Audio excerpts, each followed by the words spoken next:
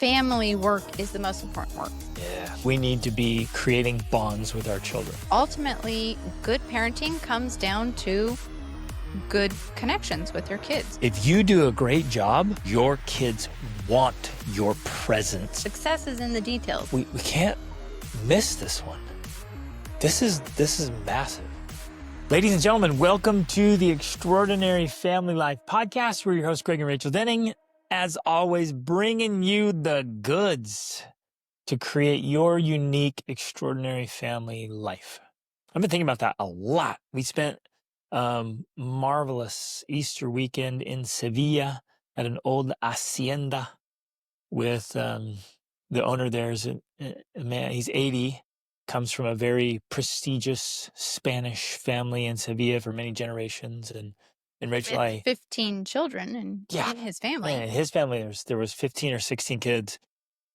It was amazing.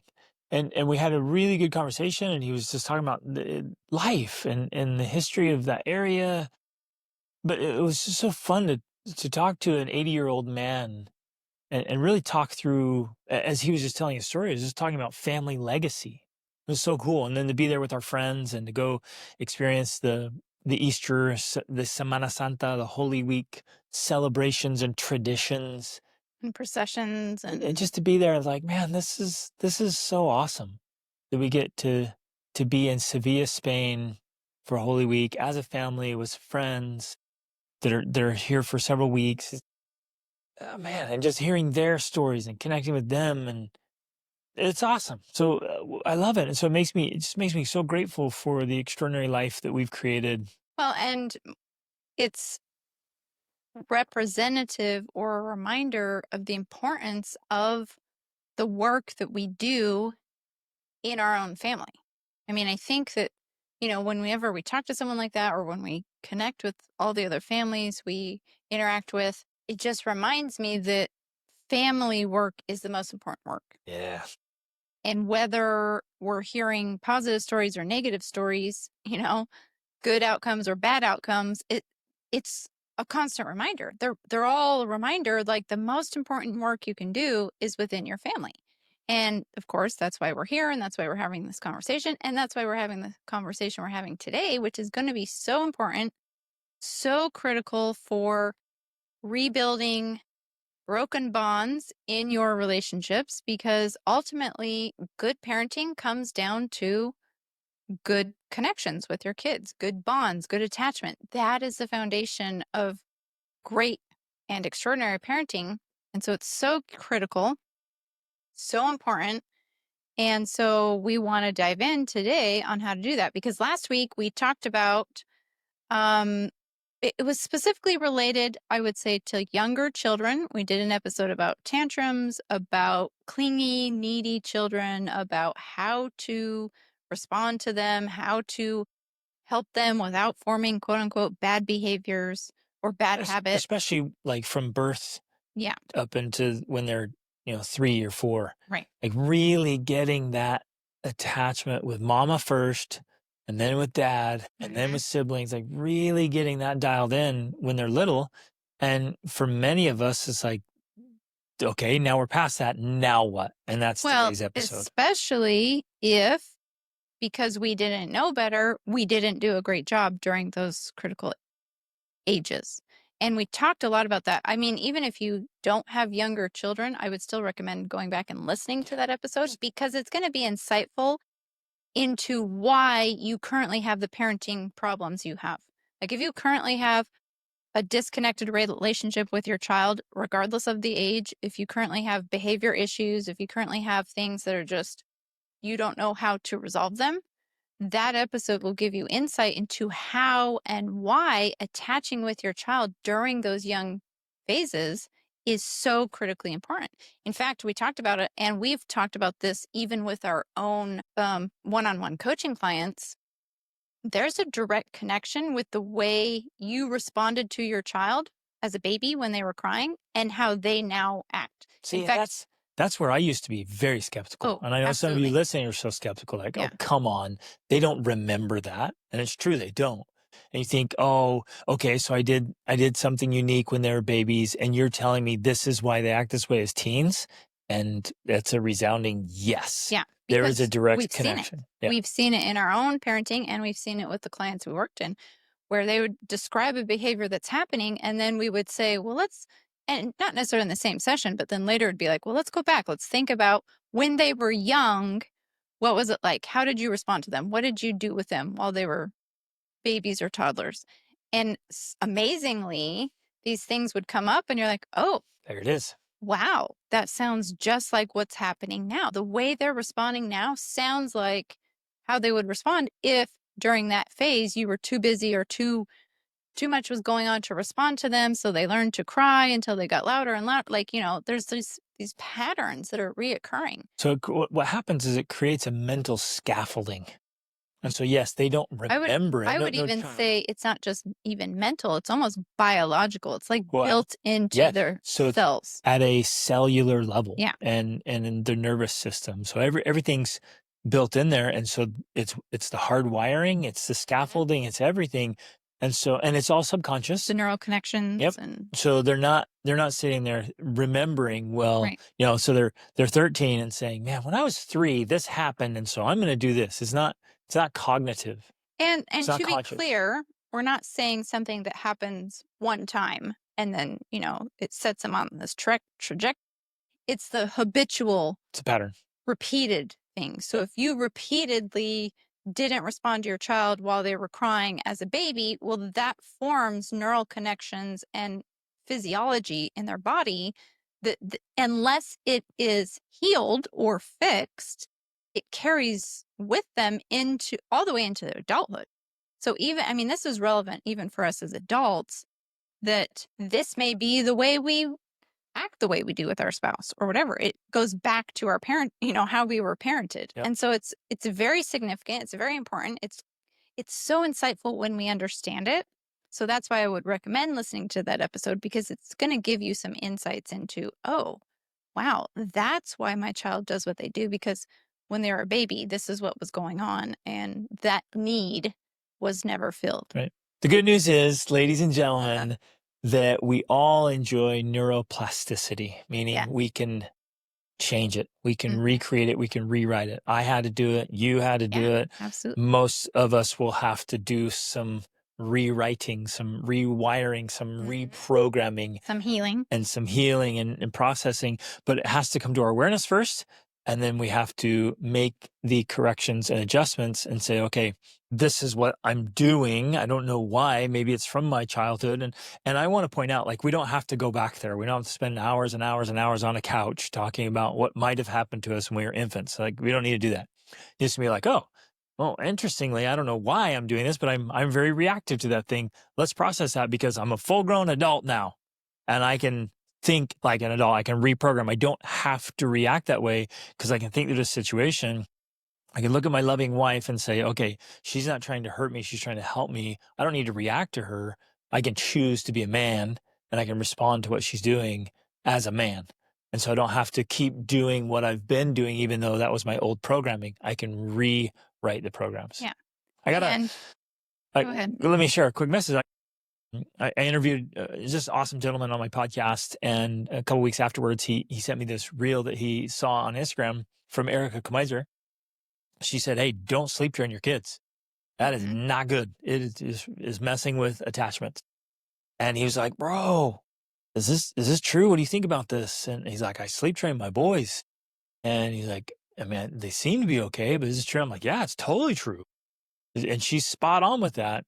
The good news is we can still make those attachments, still reprogram with our kids as they're growing up. And in fact, I would say it's 0 to forever that we need to be creating bonds with our children. From age 0 to. Yeah, can't think of a time when I'm like, I'm done bonding with my kids now. They can just break the bond. I'm like, no, I'm going to keep investing in our relationship. I'm going to keep making deposits. I'm going to keep that connection. And obviously it changes. It has to change. It has to evolve. It has to grow. It has to mature. But I'm going to keep creating those bonds with my children. And so that's what this episode is going to be primarily about, because as we said in the last one, we were going to continue this conversation, but more specifically about how do we rebuild those broken attachments? How do we bridge the gap? Like, how do we actually create those bonds that are missing if because we didn't know better, and that's usually why it happens.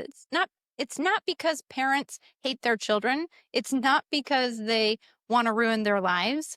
We just don't know any better because, for one, we were raised in a certain, we were raised that way, or we did the opposite of how we were raised, and so by default we're doing things that are not Or we're just trying to building figure it those. out. Like, Yeah, we're just trying to figure it out. you're in your early 20s, you're like, "Well, I think we should do this. Yeah, Let's just think about it. Let's do that." Like, no research, no right. background. We haven't raised 7 kids. So on the first one, you're just like, well, let's go with this. And then you hear all kinds of Or you absurdities. read these books even. I mean, Yeah. there's entire books out there that Are dead wrong. present this idea that sounds good, and yet it just doesn't work if you want to raise really healthy, well-adjusted, confident, capable kids, because the entire foundation of that way of being is built on attachment with between parent and child. Now, we're going to use lots of different words here. We're going to use attachment, bonding, connection, emotional bank accounts, filling the bucket, whatever. It doesn't It's all matter. the same. It's all the same thing. That is the foundation of a strong, healthy human being. And there are certain parenting strategies that build that, and there are certain parenting strategies that ruin that.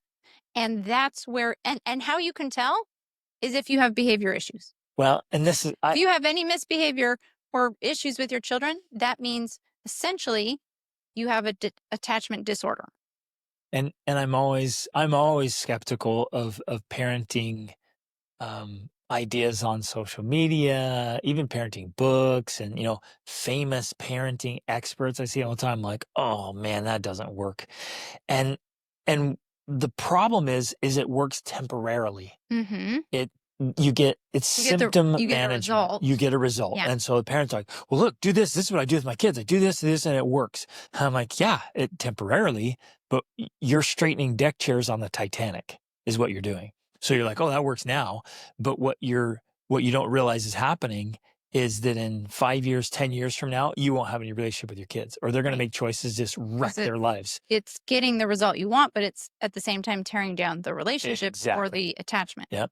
And, so and most importantly, sorry, we're both so excited about this. I just want to add for a second, though, that because it depends on what you mean by works. Like you said, it gets the short-term result, or maybe it even seems like a long-term result. But if it gets that result while compromising your relationship with the child, and by not actually fulfilling their mental, emotional, spiritual needs, then it doesn't actually work. Right. By my definition, that does not work.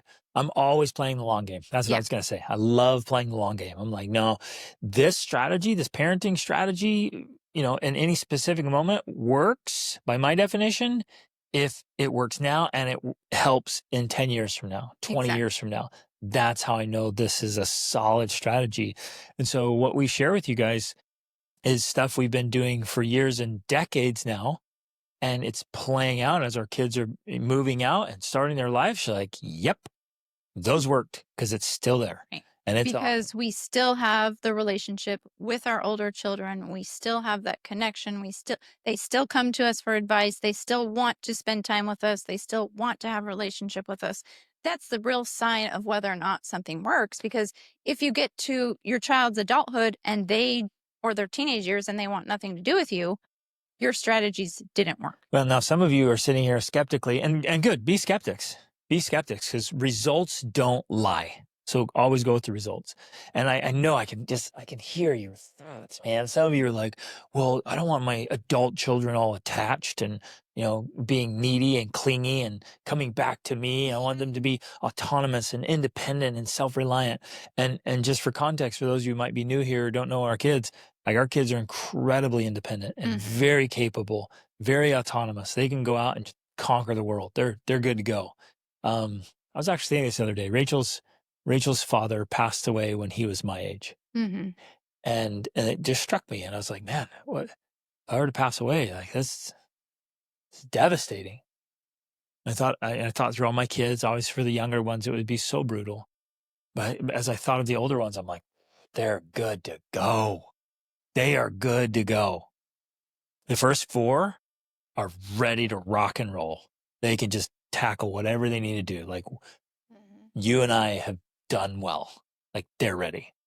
And so when we say they have a great relationship with us and they come back to us, it's because they want to. We're still earning their respect. They're not Not like because failure they're to launch kids and like, incapable. oh, I want to always live at home. What do I do? The world's scary. Like these guys have been to dozens of countries. They've They traveled travel internationally on their own. They can handle big problems. Like it's awesome. They're ready. And so that's what we're going after. That's the big picture. And of course, this is not just with our own children, but also with the children of our clients that we've worked with. Like they're getting the same results and similar results because these are strategies that just work. And they're not strategies we've come up with. I mean, I feel like we discovered them along the way, but they're just they're just the things that work. They've been around forever because they're what actually work. Yeah, good parents have been doing them forever, but I will say, as is the case with most things, it's pretty rare. It is. It's kind of the 2% club with everything. It's 2% of people who are really striving to do a great job. And so probably since the very beginning of time, Adam and Eve, man, it's like 2% club of those really striving to use these things. So they've been around. We're not the first people to put them into practice, but it is rare. And for all of us, just a little more intentionality makes a big, big difference. Yeah. And so we're going to share a few very specific strategies, particularly today, about how to rebuild that attachment if it was not built or if it's not as strong as you would like it to be. And again, the symptom that you can know that it's not as strong as you would like it to be is if you have behavioral issues in your home. And you might think, well, wait a second, what isn't that just the nature of having children? You have behavioral issues. That's And what I'm everyone saying, will tell you. no. And you'll look around, you ask your neighbors, you ask your parents, you ask your sibling, you're like, whatever. And you're like, oh, yeah, that's all kids do that. And like, no, they don't. 98% of kids do. But children who have a healthy emotional connection with their parents, and again, you think that this looks like the clingy little baby children who have no independence, no capability. They're just like little amoebas for their children or their parents. That's not what this looks like. Right. Those are the children that actually have unhealthy attachments with their parents. But children who have strong, healthy attachments with their parents are capable, confident, they have self-esteem, they believe in themselves, they're able to do things. Like they have that strength because they have a foundation built on a strong attachment with the most important people in their life. Now, that's not to be confused with the kid who's distant and like forces independence because of learned, like of a learned, what's the word, where they can't rely on it. They've Right. been, that bridge has been burned and they're resentful and So they angry have to and there's be, no they trust. take And care of so they themselves. force themselves to be super independent. You're like, oh, I'm so proud. And you're like, wait a minute, that kid's running from you. Like they're chasing independence because they don't trust you. They don't like you. Yeah. That's not what we're talking about here. When it's done really well, there is a beautiful relationship and a bond and a connection between parent and child. And essentially, I mean, just to simplify this in a way, that there's 3 types of detachment disorders, and nearly every misbehavior that a child exhibits, whether that's what you just described, or it's acting out, or it's tantrums, or it's teenage rebellion, essentially stem from some sort of attachment disorder. So if you have a good attachment, you don't have behavioral problems. Now, that doesn't mean there's no problems in a child's life. They're still going to have to figure out things and solve problems and all of these things. And you're there to mentor and guide them and help them. But the process is easier because you have that relationship with them, right? As opposed to the misbehavior, the acting out, the talking back, the rebelling, the fighting, the sibling rivalry, all of which stems from an attachment disorder. And so when you begin to understand that, you're like, oh, okay, essentially what I'm dealing with here is an attachment disorder. How do I fix that? Yeah. How do I repair that? I want to emphasize that even an uncomfortable relationship with self and with siblings, with friends, often stems back to attachments. Exactly. Yeah? So this is good. This is what it matters so much, as you can tell, we're talking about this, but it's so beautiful too. This is what makes parenting and family life so awesome, is getting this right. Now, I wanna talk to dads for a minute, and if moms are listening, maybe you can help your husbands. Dads can be kind of like disconnected and distracted. Um, High performers, entrepreneurs, go-getters. It's easy to have your mind in business, in the business world. And you're out there, you're out there trying to slay dragons and build kingdoms in business, and family's like kind of foreign to you. It's a little bit Or in the different, way. and you can't manipulate it like you can't work it or force it like you do numbers at work, or models at work, or systems. You're managing your business, but your kids aren't manageable, right? Right. You can't do that, and so it feels frustrating. And they're kids. You tell your employees like, "Hey, do this or I'll fire you," and they're like, "Okay, I'll do it." And you tell your kids like, "Do this," and they're like, "I want to do what I want, and I don't care about your agenda." And they're like, especially like toddlers, right?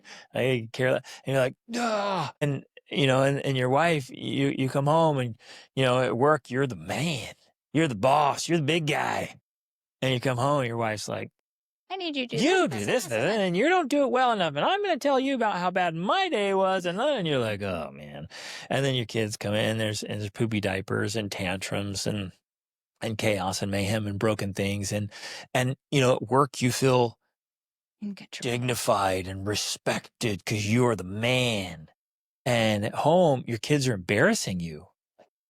Or embarrassed of you. If they do embarrassing things, and you're like, "Oh, what's happening?" And so you're on your phone, you're Watching sports. yeah, you check out because you're like, "Oh, I'm just work mode now, I just need to check out." So you're sitting in front of the TV. Some guys are even playing video games like little boys.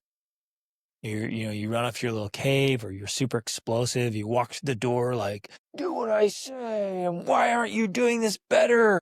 I know you're only 5, but this house should be spotless." It's like these totally unrealistic expectations. So, gentlemen, we need to be fully engaged with each child at their age and capability. We need to be bonding and connecting and investing and really leaning in. And for some of you, you're like, "Well, this is boring and it's kind of dumb." And I'm like, "Well, look, if your kid's boring, that's on you. If your kid's incapable, that's on you. If your kid's just doing dumb stuff, that's on you, man. Like, lead out." I've never been like, "Oh, my kid likes dumb things."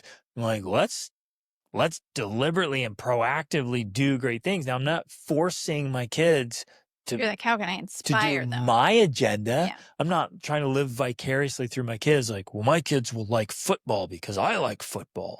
My kids will wrestle and box. Like, no, I'm going to lead them to the things that are good for them, and let them pursue their dreams and goals, Help and them discover those. help them discover, try all kinds of things. I'm going to inspire them, encourage them, provide the pathway, whatever they need to do great things. That's fun. That's exciting.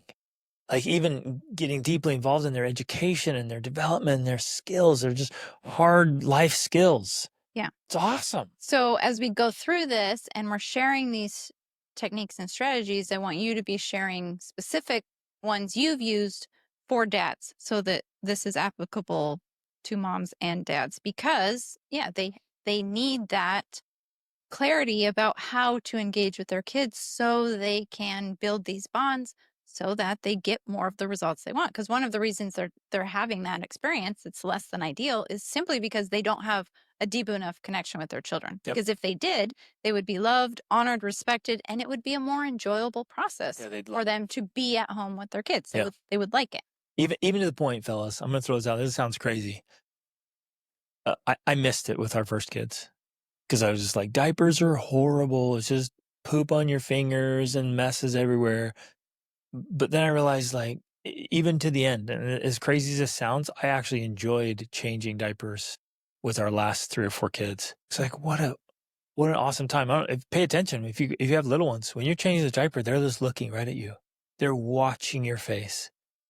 And when I realized, I'm like, this is amazing. This is a chance with a little baby to have eye-to-eye contact and to smile and talk to him and just radiate love and affection and changing the diaper. Like it was like focused one-on-one moments. It was beautiful. It was amazing. And potty times when it's just the little kids yelling down the hall, Dad, I'm done. It's like, man, I gotta wipe a butt again. Like this is so much. But I cherished it because I knew it'd pass, and now it's gone. It's been gone Mhm. for years, and those little moments are Yeah. so precious and fleeting. I I'm just dreading, knowing it'll come the last time the littlest one runs over and jumps on you. Because my 18-year-old daughter doesn't run over and jump on me anymore. She runs over and gives me a hug, but you know, like run and jump into your arms. That like at some point that stops. You're like, oh, that the emptiness. Yeah. Now, But my 19-year-old son and I went at it hard today in our gym with some jujitsu, and we bonded. smile I've hurt got each some other. big marks on my face, and I mean, we went after each other full speed for 4 minutes. It was awesome. Yeah. So it's another level of bonding. Yeah. Okay. Which we're gonna get to. Like, we got to get into the strategies. I'm so Like, excited about this. I'm what- just going to keep what going. strategies. I So we're hate here. when I have to let you talk during our Yeah, podcast. you do. Give me a chance. But what I want to emphasize here is that as we go through these specific strategies, again, this is just touching the surface because that's all we can do in a podcast episode. We can't go deep into every one of these things. We can't look at all your unique scenarios. In fact, that would require coaching, like either in a group coaching session or in a Or in one-on-one one-on-one, or session with where couples, yeah. because that's I know you hate this phrase, but Jordan Peterson uses it all the time. The devil's in the details, right? And like when you can get down into the very specific details. Success is in the details. Okay, that's good. Winning I is like in the that. details. I like that. That's good. Success is in the details because when you get into the very specific details of the interactions with your children and how you're feeling about it and what your spouse is and like all the little pieces, that's where you get results faster because you can have the insight of a coach, and that might happen. That's what happens with our one-on-one coaching. Yep. But So you literally collapse time with intensity. And Yeah. so in this case, the intensity is the coaching. And so like you meet with me or meet me and Rachel, and you're like, hey, this is what's going on. I really want to make sure we're capitalizing on this time we have our children under our roof. Like, how do we create this bond? And then we go through specific details. One-on-one, we customize it, we did it. And so you collapse time with intensity and you get far better results faster. It's leverage, it's power. right. But what I want to say, which is the most important thing I want to say today, is that you guys know that we've already been talking about our parenting course that is we've already started it. In fact, some people have already received access to it. But it's the Extraordinary Parenting Mentoring Method. In there, we're going to go into more detail with all of these things. So that's where the real power is, especially if you can't do the one-on-one coaching. That's going to have a lot of power because it's going to get very specific. The success is in the details, and we're going to have the details in there. Now, I want to just mention this in passing for those of you who hear this episode right away. Later, it won't be relevant, but we actually have a founding member opportunity where you can join now and get lifetime access and help us build out the course, meaning you're going to be giving us like specific questions, specific concerns, like things you very specifically want addressed. So that's unique because you actually get this Customized. it's almost like a customized parenting Yeah. course for you. Right. And then you get lifetime access to it. So that's going to be awesome. And I will put a link to that in the show notes. But as we go through these, I want you to keep that in mind. We can't fully expound on all of them, but there will be a place for that, and that's in the parenting course. Okay, so again, reminding you where we're at. We are talking about if you did not do attaching with your child the right way. Or even if you did, you're like, well, I did it well. Now, Right. how are we still going to keep attaching? Yeah, how do we keep attaching and specifically how to rebuild those attachments if they were not made or if they've been broken through whatever reason, lack of trust. And the number one way, well, one of the first ways that we can do that is simply something we can call rebuilding the connection through presence. I mean, it sounds simple enough and it seems, of course, so common sense. Like, oh, But so few people, but so few parents do it. exactly. Especially when we may not realize that even if we're present in the same room, we're not actually present with our child. Yep. And And kids know so, that. They know it right away. They're so sharp. oh, totally. So, say you have a child who's 7, 9, 14, and you don't have a great relationship with them, then you need to begin to be intentional about every single day practicing presence with them. Now, here's the most common thing I hear from men, especially. Oh, yeah, but your kids just reach that age when they don't want to spend time with you anymore. They Not just want to true. spend time with their friends. They want to spend time doing their stuff. Like, they don't want to spend time with you. I hear that all the time. And other men perpetuate, yeah, my kid's in that stage. Or, oh, yeah, my kids hit that, as soon as they turn like 9 or 10, they didn't want time with me anymore. And I'm like, dude, that's not true. That's a symptom of failure. It's a symptom of a attachment disorder. Right. So Yeah. it's common. It's normal. Everybody goes around and tells you like, oh, yeah, that happened to my kid too. What they're really saying is, oh, I failed too. I failed too. Yeah. Oh, yeah, I had the same symptoms of that problem. Right. It just because it's common doesn't mean it's healthy Or the best way. just the way things are. Like if you do a great job, your kids want your presence, like you're talking about, Rach, and they want your time, lots and lots of time, quality and quantity. And that never ends. In fact, yeah, I mean, it hasn't ended for us. That's what we're talking about with our older children. They still want our presence. They still want our attention. Now, that doesn't mean that there's not a period of time during your child's life when they start looking outside to make more connections. That happens. Absolutely. Every one of our kids have wanted to make more friends and make other connections with people outside of the family. And that's do. normal, but they didn't do it at the neglect of the relationship with us. They still wanted that connection and relationship with us. They still looked to us for advice. They still wanted our feedback. They still had questions for us. So it was like we were their secure attachment or anchor in the world as they went out to explore. And now as they're older, that's healthy. Like they want to be our friends and we want to be their friends. Yeah, they totally want to go out and have adventures with their friends and go do cool stuff. Yeah, great. Rich and I are like, hey, we're doing this. Like, I want in. I want to come. Can we come on that trip? Can we do that thing? Like they want both. Exactly. And that's a great sign of a really beautiful relationship. Yeah. So here are some quick ways that you can practice presence, right? Simple one-on-one time. Oh my gosh, can you imagine? One-on-one time without your devices, without distractions. It could be during mealtime. It could be taking a walk with them. It could be staying up a little later to chat with them when they feel like chatting, And for me, I've found that it's always now, if my child doesn't do this because they already have a detachment disorder, and so they're not coming to me to ask for my attention, and at some point that happens, right? When kids are younger, they come to you and they want your attention. When they interrupt you and when they're doing all the things that bother you and make you frustrated, that's their way of saying, I want to connect with you. I want to spend time with you. When I learned to see that as a sign from my kids, good things. Yeah, as a good thing from my kids, I stopped seeing it as a irritation and started seeing it as an opportunity. And so I would take the time, take that moment to say, okay, I'm going to connect with my child right now because they're asking for that connection. And that's a beautiful thing. Now, if they're not doing that, I have to be the one to go out and do it. I have to seek them out. It's because it happened so many times. They were rejected so many times, they've given up. Yeah. Exactly. Or they become super hyper clingy and needy. Yeah. Those are the kind of the two reactions. Yeah.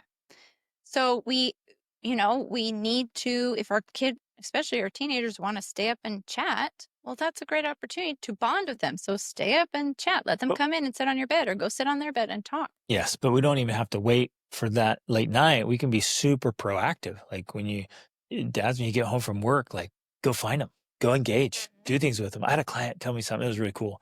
He said that he just remembers throwing a football with his dad almost every day.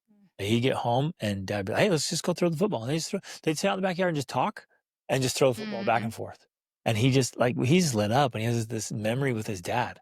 Like, what a cool, it was so simple. Simple thing. So it really doesn't have cool. to take more than 10 minutes, But it could be even and more. it could But be it's longer, like, but I'm saying like it doesn't have to be a huge thing Right. of like, oh, I need hours of time for Right. this. So you can work on little projects together that you both like. You can play games together. One of the things I regularly do every morning and every night, I give my kids a hug and I ask how their night was, or before bed, I ask how their day was. So it's just a small moment. It doesn't take a lot of time, even though I have 7 kids, although 5 at home. I get that one-on-one connection time with them, and it's kind of a check-in of like, how are you? How are you doing? And that's their chance. Like, they know that's their chance. Like, if there's something on their mind or something they're worried about or need help with, like, that's a small chance for them to say, Mom, I need your help, or here's how I'm feeling, or I want to emphasize that if we give our kids a chance every single day to bring up what's on their mind, nothing has to fester. Yeah. Nothing has to go deep and get really problematic. And no resentment has to build. No insecurity has to become overgrown. Like, any big problem or issue really is prevented. Right. Because every single day they know they have an opportunity to tell you something. Now, this is critical, and this is super important attachment. How I react to what they ask or say determines if they'll keep asking questions or sharing things with me.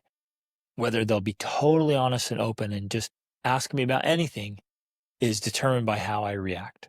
So that's a part of this attachment. Whether or not you freak out. Yeah, if I freak out, if they're like, hey, what's masturbation? What's oral sex? And I'm like, don't ever bring that up. And then boom, there it goes. Or like, hey, Dad, I actually stole some money. Or I broke this thing. Hey, man, thanks. This is how I respond. Thank you for telling me the truth. You want to tell me how that happened, or how can we make that right? In that voice, in that tone, with that feeling. That's how I'm going to respond. So then they're like, I can be totally honest with my dad. I can talk to my dad. Yeah. But if they come in like, hey, Dad, can I tell you something? Sure. Yeah, I stole something. I stole some money. I saw it and I took it. How you react in that moment will determine how honest they are with you going forward. Okay, so I'm going to go quickly through some more of these. Again, connecting through presence.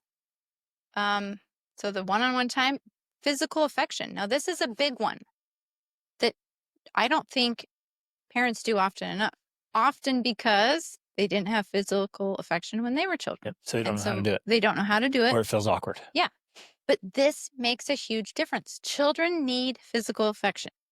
Teens need physical affection. Adults need physical need physical affection. Even you porcupine men need physical affection. So again, we can't go into all of these in depth because we have to, though. They're so good. That's what the course is for. We had a gentleman come. We had a gentleman come and stay, and I just I usually just tap people on the shoulder. It's like, it's just a form of connection. Yeah, people love it, and he's like, "Don't touch me. I don't." Well, he didn't tell you in the moment. Oh yeah, it was afterwards. He said, "No, he's like, don't ever touch me again. I don't like it." I'm like, "Whoa, dude, this guy." He struggles socially extremely. Everyone noticed that, like, he just doesn't like humans. And he probably, you know what? I would love to ask him. He probably had a horrible relation with his parents. Absolutely he did, I'm sure. Okay. So if you're not comfortable with physical affection, then start out small. Even a touch, a hand on the shoulder, right? Or just a touch on the arm. Like, it can start in small ways. But ideally, if even you as awkward as it is, because like I love hugging people, and they're often like, right. So it awkward. Takes practice so that you can get to the point where you feel comfortable giving your child a back rub or giving them hugs every single day. Like, that's the ideal, but start out small where you can, because even those small touches help to regulate the nervous system. And that's one of the reasons why touch is so important, because as I'm going to talk about in a moment, children are not born with the ability to self-regulate, despite what sleep training experts might say, right? And other parenting, quote unquote, experts, they think that children have this ability to regulate themselves. They don't. They have to be co-regulated. They need your help to be able to calm down. Now, if you've never learned how to do that, obviously it's difficult for you to help them. But that's why you now can be the adult and learn how to do this and then teach it to your children. Yep. But touch is one of the ways that we help to co-regulate our children by helping to calm down their nervous system and helping them feel this sense of safety, right? And then, of course, another way to practice presence is eye contact and mirroring. This is a technique that's even taught by negotiators in Never Split the Difference by, what's his name? Chris Voss. Chris Voss. He talks about mirroring. Like, it's a very powerful negotiation technique, but it works great with building bonds with the children. When we maintain eye contact with them, we match their tone, their voice, kind of their body language. If they're a little bit subdued or whatever, we don't necessarily come at them with all this energy. We kind of like match the energy a little bit.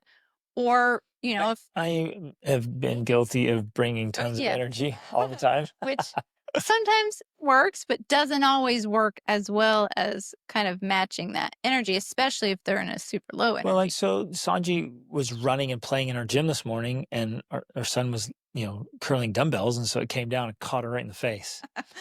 And so I don't run over there and be like, hey, you got smashed in the face. Yeah. And so I scooped her up. She was hurting. I scooped her up. I took her aside and just let her process and feel and lean into me and gave her a few moments. And she's got a big bruise and on her face, right on her cheek, and it hit her shoulder. And she wanted to make sure that I was there, that she was okay, that I understood. I stayed with her until she felt like, okay, I'm good. And then she got right back in it. Yeah. And then she was doing jujitsu with her sister and got choked out hard. And, and it was like, and crying again. I scooped her up, held her like, okay, you got this, right? And just mirroring, comforting, securing. And then she's like, okay. So you're taking your emotional level and bringing it closer to her level to kind of validate where she's at in the moment, as opposed to kind of this top-down judgmental approach, right? Which actually... And I'm tactfully helping give meaning too. Yeah, bring her back up and give meaning, because it's really easy to be like, I had a terrible, rotten, no good morning. It's like, no, you had a great morning. That's fantastic. Man, you're living. You get bumped up, bruised, like, wow, let's go. Yeah. And you're helping her get meaning.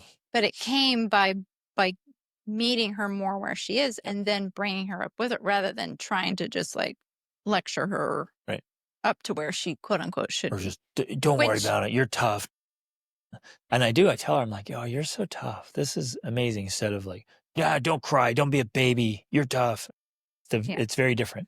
Which this ties into the second point I want to make, which is essentially emotionally attuned parenting. Like, it's being able to name and validate a child's feelings.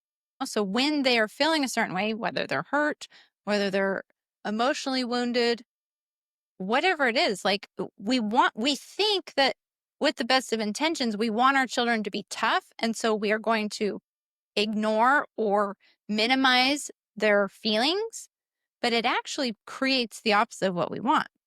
Children who have their feelings minimized become more sensitive and less resilient. Even hypersensitive. Yeah, they even become hypersensitive because they never received that validation that young children especially need. So if we're trying to rebuild that with older children and or teens, we may, and we talked about this in our coaching with our one-on-one coaching with some of our clients. Sometimes we have to do a bit of a regression to help rebuild what was not built in the past. And so there may be a period of time where there's a little bit of quote unquote babying, let's say, where you're like, oh, okay, I never validated my children's feelings before. Now I'm going to validate their feelings. And for a while, it might feel awkward. It might feel like you're babying them. It might feel like, somehow it's weird or inappropriate, but it actually then gives them this opportunity to fill that bucket that's empty. And then it's amazing that once that bucket is filled, as individuals, we develop this sense of resilience because we're like, oh, I'm good. We mature rapidly. Yeah, we mature through it. And so that's how normally people want to be. They want to be tough, but they can only do that when their bucket is filled. And when they feel safe. Exactly. I think one of the most important things I can share here is that the art of implementation has to be in this healthy place in the middle and not to the extremes. Yeah. if we baby too much, if you're coddling, then Mhm. it makes them weak. And you're like, oh, you poor thing. And we've seen parents do this. You listeners, you've seen parents do this. Like, it's just too much, way too much. Just coddling, babying, making a big deal out of like little things. Mhm. And so then they go up thinking every little thing that happens to me is a big deal. Mhm. And they're babies. The other one is it's too far. Just be tough. Don't feel anything. Yosh, stop being a baby. And you expect them to be numb, to not feel anything, in this desire to make them tough. You dismiss anything so they feel unheard, unseen, Mhm. unvalidated. And they're sitting there like, no, this actually really hurt. Mhm.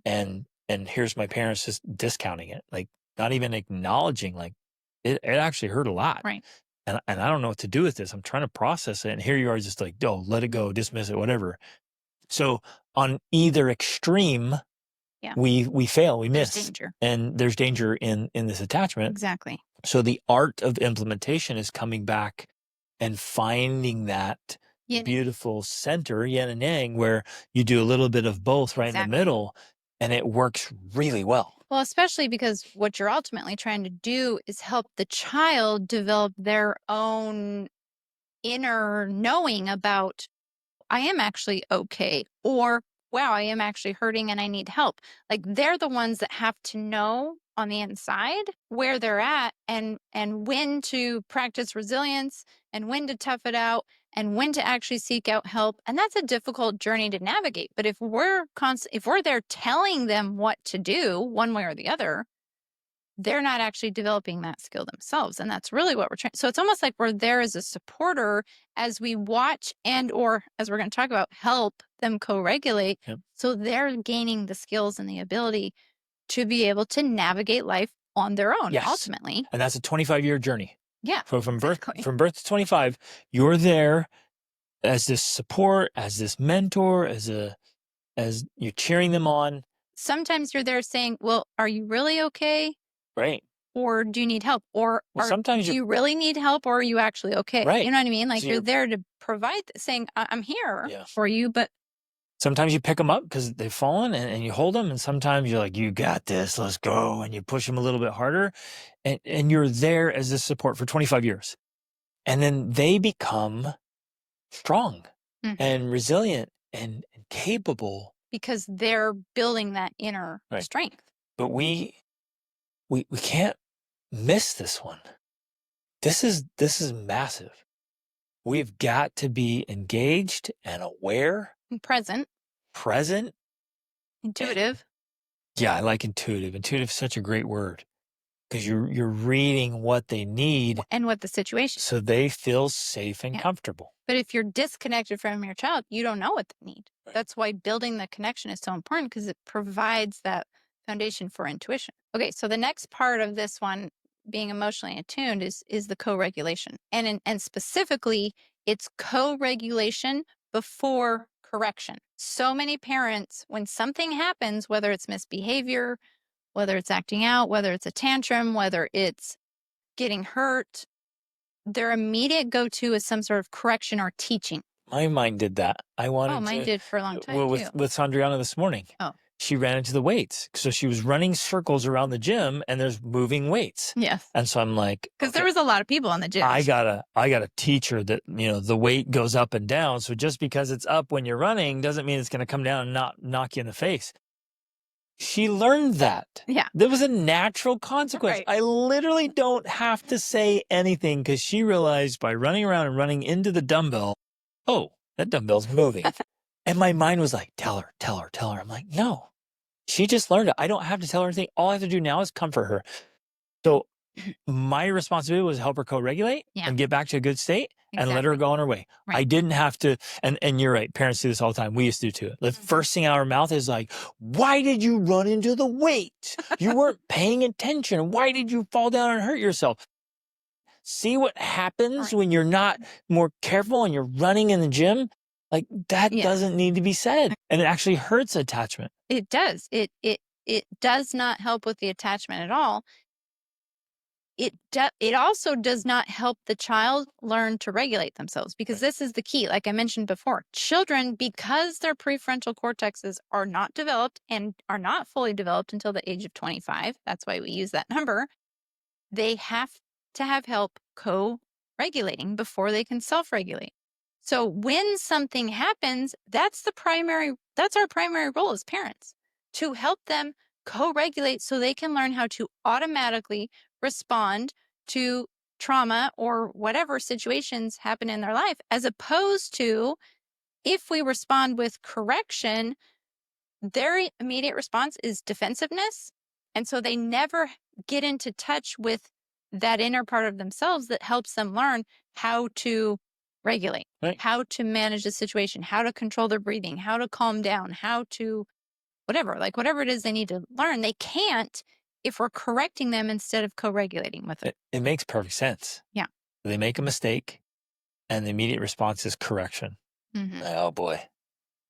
Where was the co-regulation? Where's the processing? Yeah, Where's the there's not. healing? Where's And the so learning? then we wonder, well, why can't you do this? Why can't you just toughen up? Why can't you just do? Because they never learned how. They were never taught. Because what they always had instead was correction. Yep. And trust me, correction is never received, In the moment. and it's definitely not ingrained or made a part of them when it occurs in situations like that. It just doesn't work. Moms and dads especially, bite your tongue.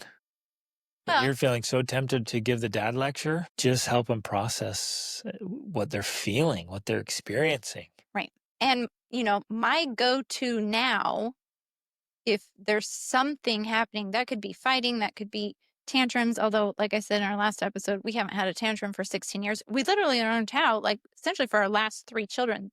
I was trying to think the other day, I can't even remember them having a tantrum at all, because we learned how to build the attachments, help them co-regulate.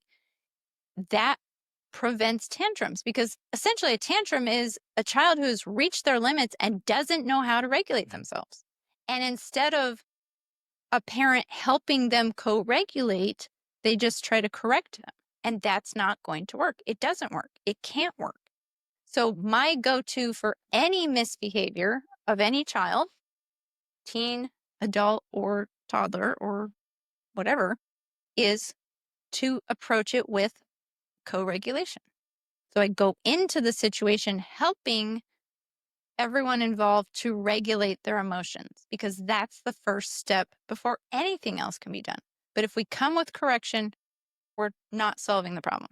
We're just making it worse. I think I remember the last time there was a meltdown. I think it was in the Dominican Republic when our 18-year-old was like 1. I don't even know if it would be a tantrum. She would get sand on her feet and have to walk back from the beach, and she just hated it and wanted me to carry her. But that was it, because then after that, we went to Alaska, and she was in a full body cast and handled it like a champ. And I don't think anything, it might be 18 years, 17, 18 years. Wow. Yeah. Because we learned how to build those attachments And pay attention. pay attention, so we could prevent misbehavior, prevent tantrums, prevent all of the problems simply by co-regulating early on. Yep. Okay, next. The third is, so all of this is essentially rebuilding attachment, but or even continuing to build attachment. continuing to build attachment. It's both. But we can also do very specific things to rebuild early attachment needs. So things that were not met early on during those critical developmental ages, because like Erica Comeiser says, although you and I think it could really go on longer, 0 to 3 is the most critical age. And if certain needs were not met during that time, it's going to have a carryover effect. It's essentially created a detachment disorder that needs to be repaired, healed and Yep. repaired. Yep. So this So can if be, you do this really well, you can really remove any of these problems. yeah, it's almost like going back in time in a way and filling in some of those gaps or buckets that have holes in them, or have, there's a gap there in that connection, and kind of filling it in. And this might, again, be one of those things that might seem like a babying. And so it needs to be balanced in the yin and yang, like you talked about. It can't be too extreme. It can't be to the point of like coddling or, what's the other word? Enabling. Yeah. We don't want that.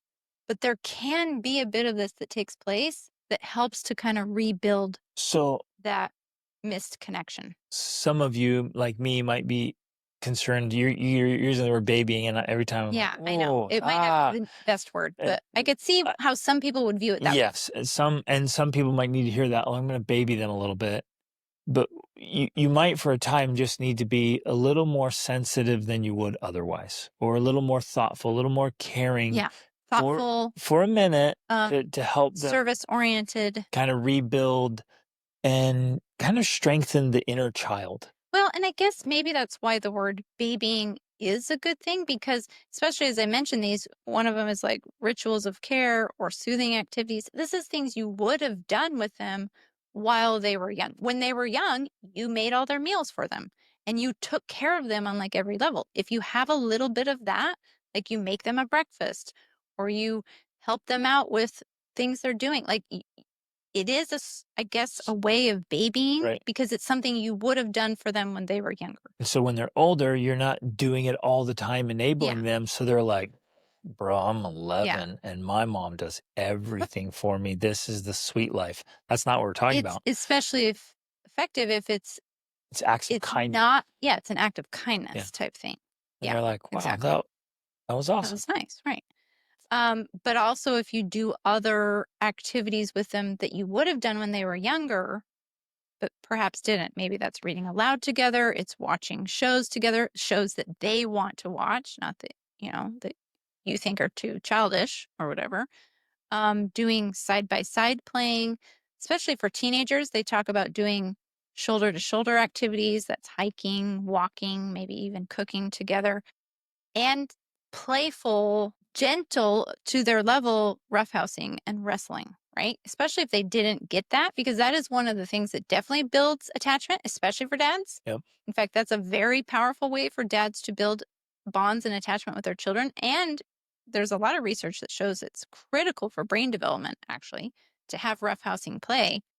That's a way to build bonds, but it has to start out, especially At, for those who are resistant, like it's got to start out gently at and their level. very playfully. Yeah.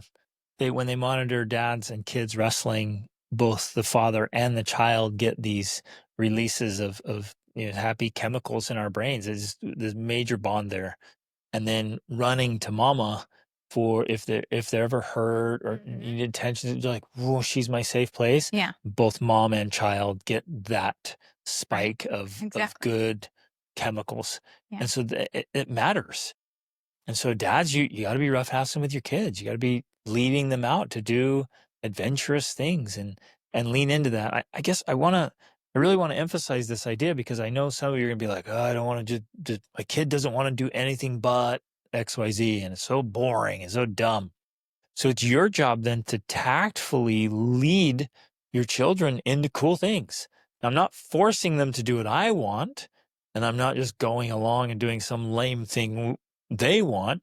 We're going to create or find this common ground where we both love to be together doing something productive, effective, fun, good.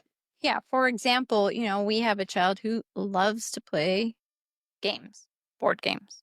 And you and I both hate board games. Like, here we are. We're admitting it on the podcast. We hate board games. So what we do instead is we look for board games that one, either we can tolerate, and I use that word kind of intentionally because it still would not be our first choice, right? But we'll tolerate certain games, categories. There's one called Bang that we can tolerate sometimes. Very. Mancala. There's certain games that I'm willing to play. Like And Settlers of Catan and Risk, so things that that play. becomes the connection point because we're like, okay, I'm not going to play this game of yours that's forever and I don't understand any of it, but I will play these games with you. Or we also will bring in, and in fact, this is reminding me we need to do this more, fix our ping pong table so we can, because he likes ping pong. And I'm like, okay, I'll play ping A pong. great pool table. And we have a pool table, right? It's so let's find those common denominators where like, okay, this is a place where we can connect because it's something we're both interested in. And find out what each kid likes. So that son of ours loves Frisbee, playing Frisbee more. With all of our teens, we love spike ball. So like I crazy love spike ball. It's so fun. Like I'll do that all day long. I'm like, hey, Like, I'm not gonna do this boring thing, but we both like spike ball. We all like spike ball. Let's go play spike ball. Mhm. Or my daughter loves volleyball, so we can get out and pepper and play volleyball a ton. So you're finding the things they like to do. Yeah. With each one, it's gonna be different, but do the work. And if you're sitting here saying, "Well, that kid doesn't like anything," there's something, I Yeah. promise, and you just gotta do the work to find it. Exactly. Okay, we're gonna do a couple more here before we um close, finish this up. One of these things, and again, there's levels here, and you have to be intuitive and you have to know what you need to use. And that's going to require asking questions, paying attention, noticing what works, what doesn't. And sometimes you may need to have open conversations with your kids. You may need to say things like, hey, when you were little, I did a really bad job about responding to your needs when you cried or this or that, the other. And maybe you don't even remember that. But I think that, like, I've been learning some stuff. I think that may affect the relationship we have now. And I want to fix that. Now, you may not need to have that with your child, but maybe you do, especially if you feel like you're trying things and it's just not working and you're not making that connection. It's it's as though, Well, especially if you have a reputation with them and they're like, "Oh, you're yeah, always this." You're like, "I'm sorry.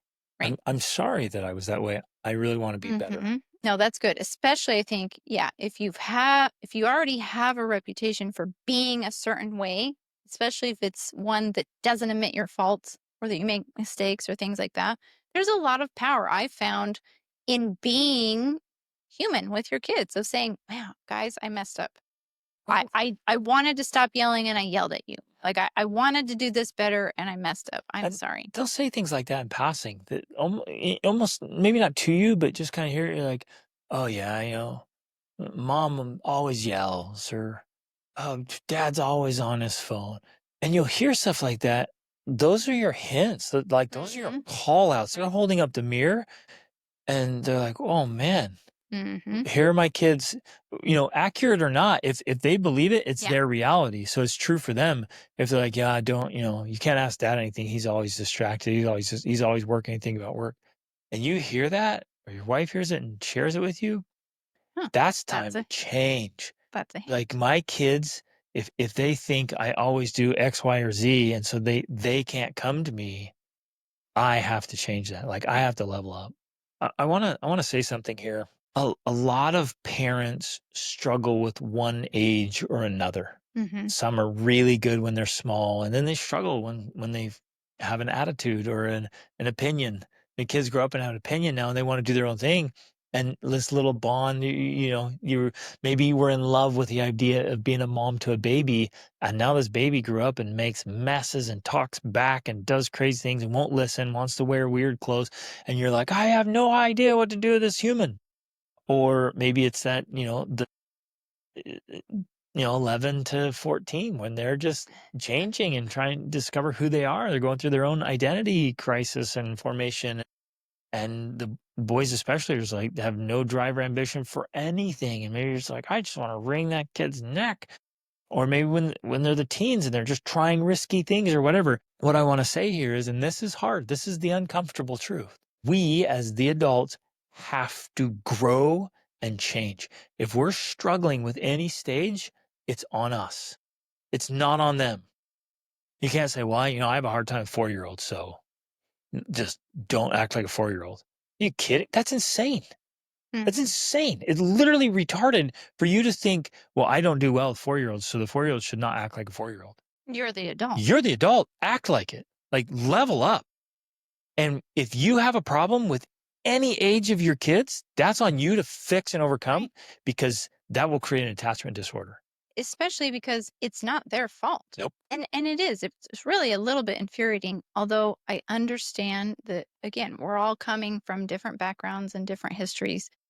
But now that we're adults who have children, because if you're a parent, you have children, it is our responsibility to bear the burden. Yep. We are the ones that have to carry the weight. We are the ones that have to level up. If our children are not what we want them to be, that's our fault. Yep. It's not their fault. And we can't continue to blame them for being their age, stage, whatever they are. We are the ones that have to figure it out. And it's Yeah, our responsibility to fix the relationships, to build the bonds, to give them the skills that will make them competent human beings and happy exactly. in their adult life. That's our Exactly. job. Oh, it's so powerful and so important. So if you as the parent have any issues or any struggles with any stage, it's on you to change. It's on you to overcome that. It's on you to become better, more capable of that thing. Hmm. And if there's things that you don't like about your kids, that's 100% on you. And it's on you, your responsibility and opportunity to tactfully, with a lot of diplomacy and skill, lead them into being very likable, respectable Yeah, human beings. exactly. Good.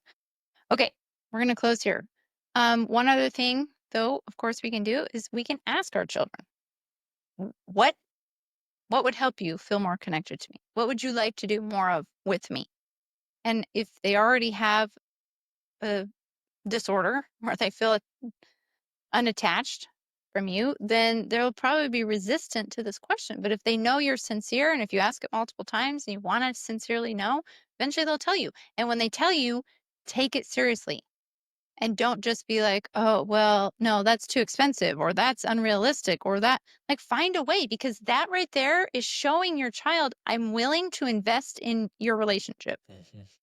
I'm willing to invest and spend money on you, doing things with you. That sends a message to your kids. Now, not that that should be the only way, like that connect with them by spending money on them, because that can become unhealthy too. But if you never do anything that costs money with them, then they think, oh, I guess I'm not worth it. Right. Yep. So there has to be the balance there. And in that, whenever they give you feedback, don't be dismissive or defensive. Right. It doesn't help. Like, take it seriously and honestly and vulnerably. Okay, finally, a few tips for specifically teens. Teens, they're going to push for independence. So part of the challenges you may be having with your teen come, one, not only from a attachment disorder, but from the very nature of being, well, it's kind of a combination, because if you have healthy teens, they're going to be out seeking independence, but having you as the anchor.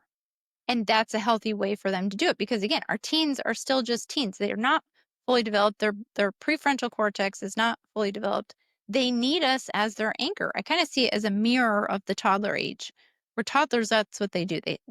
They have the mom. If you look at them at the park, the mom's the anchor. They're going out to explore, but then they want to make sure mom's back there, and they're going back there to like touch and I'm safe. You're here. And teens do that in a way too, unless you don't have a healthy attachment with them, and then they're out taking risks and doing things that are not healthy because they don't have that security from you. So allow them to practice that, independence, but make sure that they know you're there to keep them safe. And so if they're going to do something that's not safe, tell them, let them know. And the best way to do this is to do it with them. Yeah, that Like if too. if I'm out taking risks with my teens, they never feel like my life's so boring and dumb and my Hmm. dad's so boring and dumb. Yeah. I'm just gonna go do something crazy. It's like, no, I'm leading out. Like, guys, let's And let's you're go teaching cliff them jumping, you're teaching teaching them the safety. safe ways to Well, do it. that's the way to do it. Is like, no, let's go take risks. Let's go drive really fast cars and motorcycles. Let's go snowboarding, skiing. Let's go cliff jumping Hmm. and rock climbing, rappelling. Let's go do crazy stuff. Let's go find some epic canyoneering. Let's go do huge mountains. My kids had never thought, man, I'm just going to go do something crazy, because they're like, okay, we got to train so we can keep up with dad. Right. That's how we roll. I'm out living adventurously. Like, our life is as great as an action movie. So they don't feel any unmet need Right. to try dumb things Hmm. or to get away. And it's like when we just talk openly about everything, it's like it's so clear and obvious. So like, why would I mess with drugs or alcohol or even sex or stupidities when I can do things really well, live an amazing life, and really lean into incredible relationships. Like when we're leading them through that whole process. Hmm. So they're Yeah. not out wandering aimlessly, trying to figure things out, asking their peers. I Hmm. mean, it was so sad in Spain. We saw these young kids, lots of them, just sitting there vaping. no parents around, nothing. They're all just passing around the vape thing and fighting. I mean, they were like 10. Little. I'm like, and it was common. We just saw so much of them. Like, what is going on? It's so bad, and they're literally poisoning themselves. I'm like, what is going on here? It was so sad. Okay, couple last things. Part of the idea of being the anchor is that you're the emotional anchor. Like, and you touched on this earlier, but I think it's so important. I think especially for teens, it's so important. We have to be the adults in the relationship. We have to be the emotional anchor. We have to control ourselves when our children, our teens say or do things that can be upsetting, frustrating, irritating, annoying, angering. We have to control ourselves, because if we don't, we break that trust, and then they don't come to us with their problems, with the things they need to talk about. And instead they're turning to peers or they're turning to the internet. So we have to be the anchor. We have to be the lighthouse and be strong so that they know they can turn to us, and that we're not going to freak out. We're not going to respond. We're not going to get upset. And in fact, we're going to be grateful that they came to us. That's a key part of that. And then, of course, as we're seeking to connect with our teens, we have to allow them their self-expression. We have to allow them to be who they are. And so if they want to connect over sports or music or whatever they're like, the video game, or not the video games, the the board games that we talked about. We don't do video games. The video game thing is a whole other episode that we can't go into right now. That's just something we don't do. Nor are we going to allow like weird neurotic stuff and be like, well, that's just self-expression. It's like, no, that's retarded. Even within this framework, we still have to have the yin and yang, because we are the anchor, and because we are the adult, we are the ones that have to help them see clear boundaries about what is safe, what is healthy, what is going to be a good path for them to take long term. For us, that's the short reason of why we don't have video games or allow video games, because the long-term path for that, in most cases, is not a greatly productive one. Like, there's just so much research on the reduced productivity of men and boys who participate in. They're just less successful, period. In video games. And so as a long-term strategy, it's just not a good one. And some parents are out there like, oh, well, my child's neurodiverse. And I mean, we're coming up with all these new labels. And my child wants to do this. Children. And they want to do that. It's like, okay, great. But you still hold boundaries. You still have standards. You're still teaching effectively. You still have to operate within the laws of so there's the universe we live in. Yeah. And healthy, happy, successful people. It's like, we're not going to let you just go be a rabbit because you wake up one day and like, I think I'm a rabbit. Like, come on, let's go.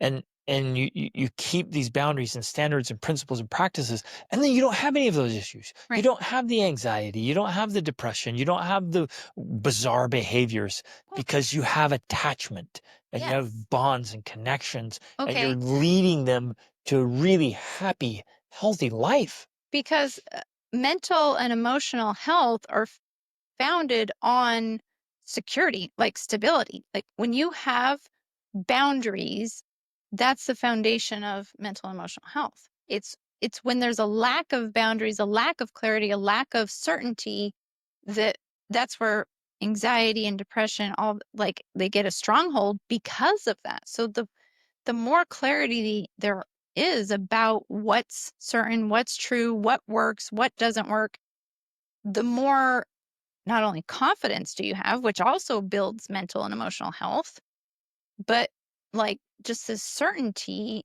about how the world works and how to operate in it. That builds strength. That builds resilience. It's so powerful. So we do a disservice to our children when we lean too far to the side of like, oh, well, yeah, anything goes, live your truth, blah, blah. Like, that's one of the contributing reasons we have a mental and emotional crisis, specifically in the West right now, because of that lack of clarity about the boundaries that create healthy living, essentially. I saw something sad this morning. Well, and then I also want to talk about the rat house, rat maze. Yeah. I saw a photograph of a gentleman I knew 27 years ago. And he was very socially awkward. Nice guy, just no social skills, and probably learned it from his parents. So today I saw a picture of his family. And I've been doing this for so long. I've worked with thousands of people across 5 continents. Like I can read. I can read things. I can read people really well. I can see symptoms and then a quick conversation and people confirm. Like I've become really good at this. And again, I don't want to be misunderstood here that I look at a photograph and like I think this is all a full assessment. But then this one, spot on. I saw a full, Easter photograph of his whole family. And major problems were evident across the board. And it was so sad. I saw it and I'm like, oh man, it played out. It played out like I thought it would when I knew him. And I could just see the lack of attachment, the poor connections through his wife and his children, and I could see all the symptoms. I'm not going to describe it all, but Well, because I know people are saying, well, how can you tell that from a photograph? And I part of guess the I could get way, into it, but well, just as a quick summary, part of the way is because one, we're all walking yes, billboards, exactly. That's and what it is. certain habits, behaviors, clothing, dress, whatever, are very often signs. They're common denominators. Yep. Like people who have certain characteristics or certain ways of thinking or certain beliefs manifest certain behaviors in very similar ways, besides the fact that our countenance, like Just just the radiates. way our face is, Yep. radiates even our thoughts and our beliefs and our thinking patterns. Yep. And so when you study a lot about human psychology and development, you can begin to pick up on those clues. So again, it's not like 100% for sure this thing, but there's signs there The that are probabilities are very massive. indicative of certain behaviors, thought patterns, beliefs, relationships, Yep. etc. And so I just saw it and I was like, oh man, how sad. And you could tell from the postures, the countenance, the expressions, the body shape, the hair Body things, language. the extremes. There's just this plea. It's screaming out for attention, Yeah. love, attachment, help. And one of the reasons you even know this is because you were that I lived teen. it. But many people do not know this about you, but as I don't know how old you were, 13, 14, 15-year-old, you had a green mohawk and Yeah. you pierced your ears. And the reason you did those things, and the reason most people do those sorts of things, is they're trying to get attention Yep. because they're not receiving the attention they need from the most important people No, in their life. I didn't know that at the moment. Of I course wasn't not. like, I'm gonna put up a green mohawk here for attention. But looking back, you realize, oh, I was longing for attention. I was Yeah. longing for attachment. I was longing for connection. I was Mhm. longing for validation. Yeah. Right. And it's often those signs and symptoms are indications of what's going on inside. Well, ultimately, I think they're indications of what we've been saying, attachment disorders. Absolutely. Okay, I just want to close with You the keep saying rats. that. I know, I I keep do saying not we're think closing. you Closing. know. So whoever's listening and they turned it off back then, you missed out on all the rest of the good stuff. But no, really, let's close with this because I feel like it's a good illustration of ultimately what we're talking about when we talk about attachment connection. And it's been going around on Facebook, but I've heard about it since before then. I've heard Jordan Peterson talk about it. So it's legit research that's been done. And it was done with rats. It was in the 70s. Yeah, it was done with rats. And what happened is they started out the research by putting rats in an empty cage. That's important, by themselves. And they gave them an option of regular water or cocaine laced water. Or it might have even been heroin. Whatever, it doesn't matter. It was a strong drug. And of course, the rats chose the drug laced water to the point where they became addicted and eventually died. Yeah, they overdosed. Well, this other man came along and basically said, well, wait a second, we're doing this experiment all wrong. We have these rats in cages by themselves, and most of the time, all of them choose the drug water and end up dying. But this is wrong. So he set up a new test where he put the rats in a rat heaven. They had other rats to play with. They had other rats to mate with. They had toys and things to climb on and play with. Like, it was a rat heaven. Hardly any of the rats preferred the drug-laced water because And none of them overdosed. and none of them overdosed. And the reason why It's because they had lots of sex. That's it. Thank you for summarizing our parenting episode with that, because that's not relevant to this discussion. Oh, not for kids, Not- but it is for adults. Thank you. Yeah. Exactly. You just ruined it. You just ruined my point. Because they had lots of connection. Yes. They had connection. They had interesting things to do in their life. And when you are surrounded by that, you don't have the need or the need to turn to something like drugs to fill the void. Because the need's being met by Because other the good needs things. are being met Yeah. by other So good things. the absolute key then is make your life so good that, like, the idea of doing drugs is dumb. Like, why would I do that? My life's amazing. Exactly. Why would I jeopardize this? My relationships are awesome. Right. And all that requires is that we just level up. We be better. Well, right, because part of making your life so good is making your relationship so good. Your life happiness is essentially it's directly connected to the happiness of your relationships. The better your relationships are with your spouse, with your children, the better your life is going to be. And so, I literally have no worry at all. Like, it's not even an inkling of a worry about my children doing drugs or drinking or going out and just having sex with people. They're not going to do that because they literally have such strong connections and such an interesting life that they look at those things with kind of this disdain, like, that's silly. Why would I you do ruin that? what I have? Why? Yeah. Exactly. Why would I ruin my life with that? But the foundation for that comes from the strong attachment that we have with them. Because when you have that strong attachment, it's so much easier to build all those other things into your life. Many parents run into problems and difficulties trying to create those things in their lives because they don't have the attachments in place first. Yep. Love it. So, ladies and gentlemen, take an opportunity to rate yourself. So, rate your level of attachment and connection and bonding with your spouse, 1 to 10. Go ahead and do it with each of your children. Like, how great, how absolutely solid is my attachment, my bond, my connection with each of my children? And then ask your spouse, ask your kids, say, hey, rate our relationship on a 1 to 10. And whatever they say, just take it in and say, what would make it a 10? And they'll tell you. And listen, it's amazing. And wherever you're at with each of your kids, lean in, and especially with the one that's hard to connect with, the one that's maybe different from you, that's, I don't know, maybe quirky or annoying or difficult. Very often the primary difficulty is this lack of attachment. And as you invest in that relationship, the problems just go away. They take care of themselves. It's so powerful and so important. Yeah. So love you guys. And I want to say, make sure, and I'm saying this now because it's literally a limited time thing. We're going to Scotland next week. When we get back, we're going to be building out this parenting course. So it's between now and then that you can get in as a founding member with lifetime access. After that, the access is only going to be available on a yearly basis. So now is the time to get in, or that. And to help customize this whole thing and build it out. Yeah. It's so powerful. So love you guys. Lean in. Be the most amazing parents you can be.